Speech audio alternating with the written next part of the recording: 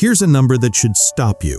In 1970, the median American household income was around $9,870. In 2026, the median is somewhere around $80,000. That's more than 8 times higher. And by any reasonable reading of those two numbers, people today are dramatically better off. Except they're not. And most people under 35 feel that in their bones, even if they can't explain it. You are not bad with money. You are not failing to do the thing your parents somehow figured out. The reality is, the numbers went up, but the purchasing power went down, and nobody wrote that on the wall anywhere. This video is about what actually happened, the specific, documented mathematical reasons why your generation earns more in raw dollars than your parents ever did and can afford less of what defined a middle-class life. Because this isn't a personal finance problem, it's a structural one, and understanding the difference changes everything about how you see your own situation. Now let's go through the reasons.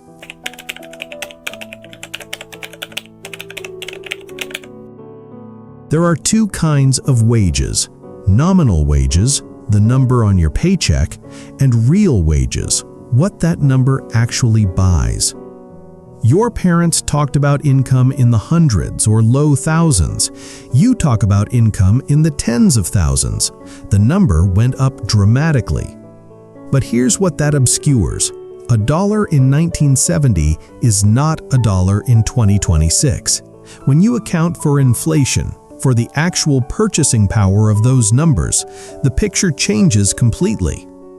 The Economic Policy Institute has tracked this for decades. What they've found is that real wage growth for most workers, particularly non-college workers, for those workers in the bottom 60% of earners, the real value of their paycheck has been nearly flat since the 1970s.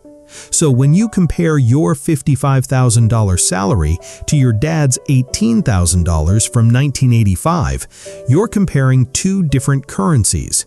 In today's dollars, that $18,000 was worth something closer to $52,000, and it came with pension benefits, lower housing costs relative to income, and healthcare that didn't threaten to bankrupt the family. The number feels bigger, but the life it buys is smaller. That's not a feeling, but the arithmetic truth.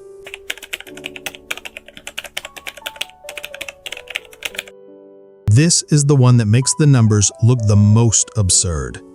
In 1970, the median home price in the United States was around $23,000, while the median household income was around $9,870. That's a ratio of roughly 2.3 times the annual income. Standard financial advice, the same advice that still gets repeated today, says you should expect to spend 2 to 3 times your annual income on a home. But in 2026, the median home price in the United States is somewhere around $420,000, while the median household income is around $80,000. That's a ratio of more than 5 times annual income. The formula didn't change, the prices did. And that gap isn't regional, it's national. It's structural. It's the result of housing supply that hasn't kept pace with demand. Investment capital started treating housing as an asset class rather than shelter. And zoning policies that have made building more homes legally difficult in the places where people most need to live. Your parents could buy a home at 27 on a single income, not because they were more disciplined, not because they sacrificed more, but because the ratio was different and made sense. A 30-year mortgage on a $23,000 home with 1970s interest rates meant a monthly payment that a median earner could genuinely absorb.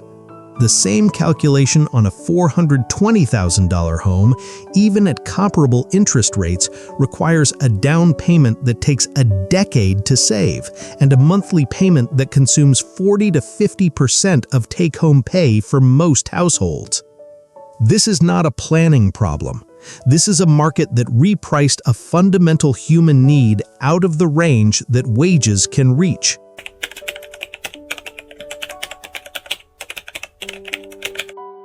Now to another ratio that further expands the story. Clearly, in 1971, the average annual cost of a 4-year public university in the United States was around $400. Average annual earnings that year were around $6,500. College cost roughly 6% of a year's earnings. In 2026, the average annual cost of a 4-year public university is around $11,000 for in-state tuition alone, and closer to $28,000 when you include room and board. Against a median earnings of $80,000, that's still a more manageable ratio on paper. But here's where the math collapses. Wage growth for college graduates hasn't kept pace with tuition increases, and the jobs that the degree was supposed to guarantee, the stable, benefit-carrying, career track positions, have themselves been restructured into contract work, gig arrangements, and entry-level positions with stagnant starting salaries. Your parents could work a summer job, cover most of a semester's tuition, and graduate with manageable or no debt. You cannot. The gap between what summer work pays and what a semester costs is now tens of thousands of dollars. The credential inflation happened simultaneously. Jobs that paid well without a degree in 1975 now require one. So the degree became more necessary and dramatically more expensive at the same time. That's not an accident, that's a structural trap. And that debt, the $30,000, $60,000, $100,000 in student loans that a significant portion of this generation carries, functions as a tax on the entire first decade of adult financial life. Every month, money that previous generations could direct towards savings, housing, investment, or building any kind of cushion goes instead towards servicing the cost of access to a middle-class economy.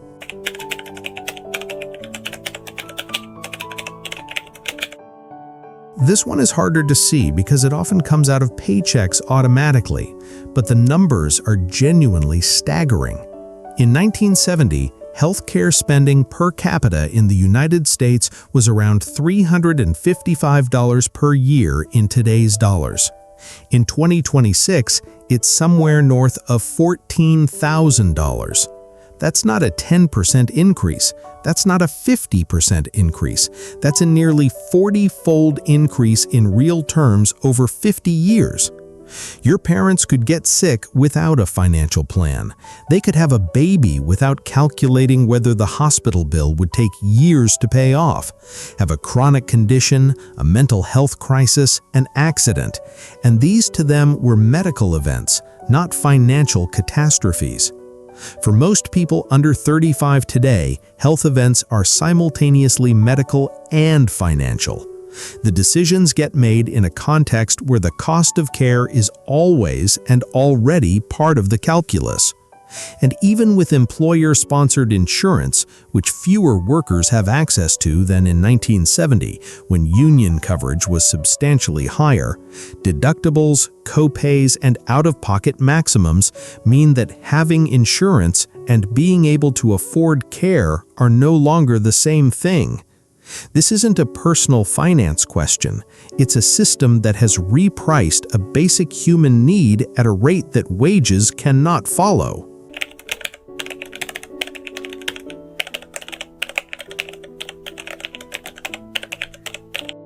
Here's the piece that explains why the gap feels impossible to close even when the income improves. Wealth and income are not the same. Income is what you earn. Wealth is what you own. They are assets that hold or grow in value over time. Your parents' generation, particularly those who bought homes in the 1970s and 1980s, built wealth not because they were better investors, they built it because they entered a housing market before the price-to-income ratio became inaccessible. They bought assets at prices their wages could reach. Those assets then appreciated dramatically over the following decades. That appreciation didn't go to the people who bought later, it went to the people who already owned it. A home bought in 1978 for $55,000 is worth on average somewhere between $400,000 and $700,000 today, depending on location. The person who bought it built hundreds of thousands of dollars in equity while living there. Their child, you, is trying to buy into that same market at the appreciated price with wages that didn't appreciate at the same rate. Your parents didn't earn their way to wealth, they owned their way to it. You are trying to earn your way to the same place in an economy where the asset ladder has been pulled up, where the rungs your parents stepped on have been repriced, where the wealth is concentrated in the hands of people who got in early and the people who came later are paying them rent. The productivity pay gap makes this concrete. Between 1979 and 2022, productivity in the U.S. economy grew by over 60%. Wages for the typical worker grew by about 18% over the same period.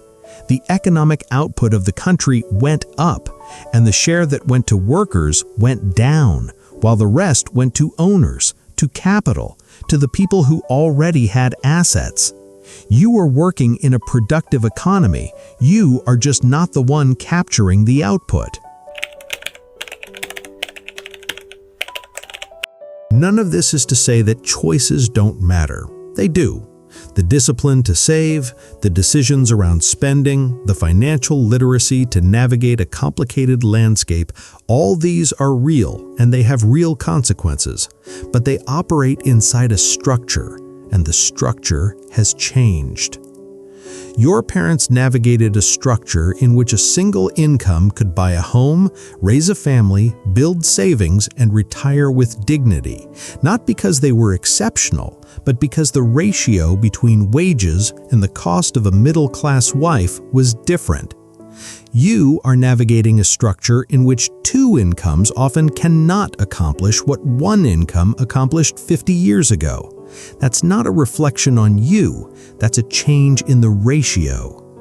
The danger, the real psychological danger, the one that most people in this situation fall into, is internalizing a systemic problem as a personal failure. Believing that the gap between the life you were promised and the life available to you is evidence of something wrong with you, your effort, your choices, your character. It isn't. You're not bad with money. You're not lazy. You're not failing to do something that your parents figured out. You are living through a period of generational wealth erosion that has no precedent in the post-war era, and most of the institutions that should be identifying it clearly are not. But now you know. Knowing does not fix the rent. It doesn't. But it removes the shame you spend your 20s carrying about a structural problem you didn't create. That is the one thing you can actually put down. You are not broken. The math is. Thank you for watching today's video. Please like and subscribe to support the channel. Also, share your thoughts in the comments. We want to know how you are coping with the financial reality of this generation. And if you know someone who will benefit from this video, send it to them. See you in the next one. Bye.